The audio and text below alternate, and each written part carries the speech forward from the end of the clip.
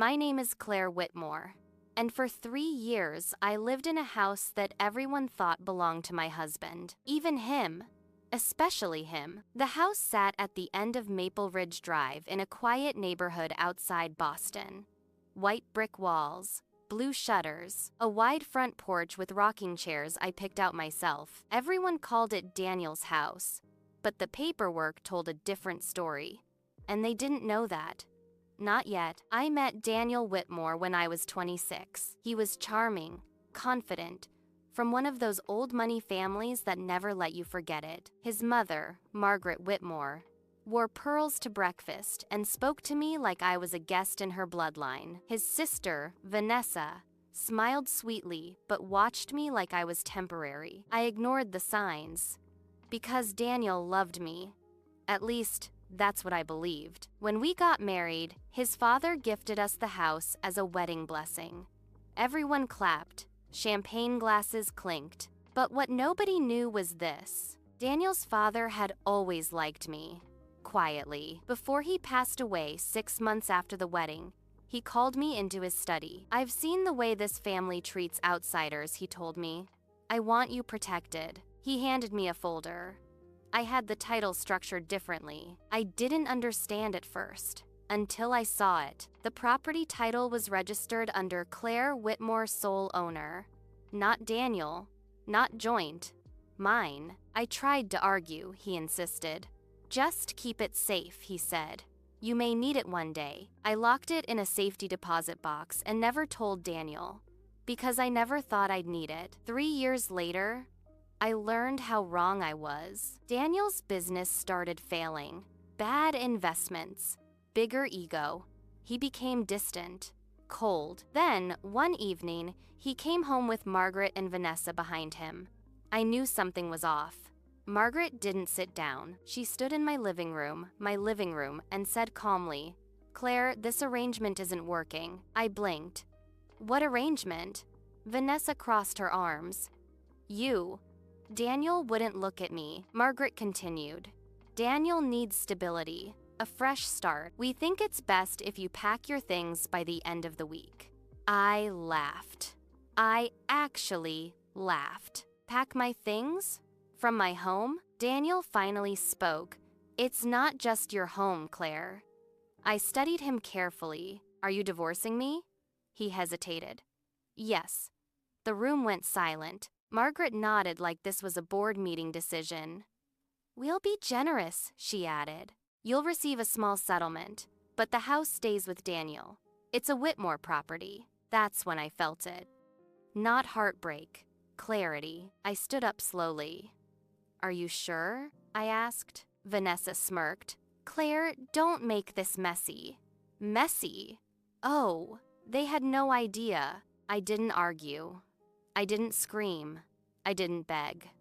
I simply nodded. "Okay," I said softly. "I'll move out." Daniel looked relieved. Margaret looked victorious. Vanessa looked entertained. I went upstairs that night, opened my laptop, and made one phone call. To my lawyer. The next morning, Daniel was served divorce papers. But attached to them was something he didn't expect. A certified copy of the property title. 2 days later, they all showed up again. This time, Daniel wasn't confident. He looked pale. Margaret was furious. Vanessa didn't smile. Daniel slammed the paper onto the kitchen island. "What is this?" he demanded. I sipped my coffee calmly. "That," I said, "is the legal owner of this house." Margaret's voice trembled. "This is a mistake." "No," I said. "It's not." I watched realization crawl across Daniel's face like slow poison. "My father?" he whispered. "Yes." Silence. "The kind that burns." Vanessa grabbed the paper. "You manipulated him." I stood up slowly. "Your father protected me." Margaret's composure shattered. "This is Whitmore property." I tilted my head.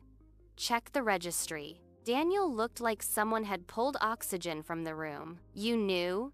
he asked me. I hoped I'd never need to. Here's the part nobody talks about. When people think you're weak, they get careless. Daniel had already signed business loans using the house as his asset. Loans he could no longer pay. But he wasn't the owner. I was, which meant his creditors couldn't touch it, which meant the house was safe. With me, my lawyer gave him 2 options. 1, proceed with divorce peacefully. 2, or fight and expose everything publicly. Daniel chose peace. Margaret never spoke to me again. Vanessa posted vague quotes about betrayal on Instagram, and 3 months later, Daniel moved into a downtown apartment, alone. The day he came to collect the last of his things, he stood on the porch and looked at me differently. Not with anger, with understanding. "You never needed us," he said quietly. I smiled gently. "I just needed myself." He nodded once and walked away. Here's what I learned. Sometimes they try to remove you from a place you helped build. Sometimes they think love makes you blind. Sometimes they assume quiet means powerless. But power doesn't always shout. Sometimes it waits. On paper, in ink, in signatures no one bothered to read. Today, I still live in this house. But it feels different. It feels earned. I painted the walls white again. I replaced the blue shutters with black. I turned Daniel's old office into my studio. Because this house was never a gift. It was a safeguard. And when they tried to erase me from my own life, the title told the truth.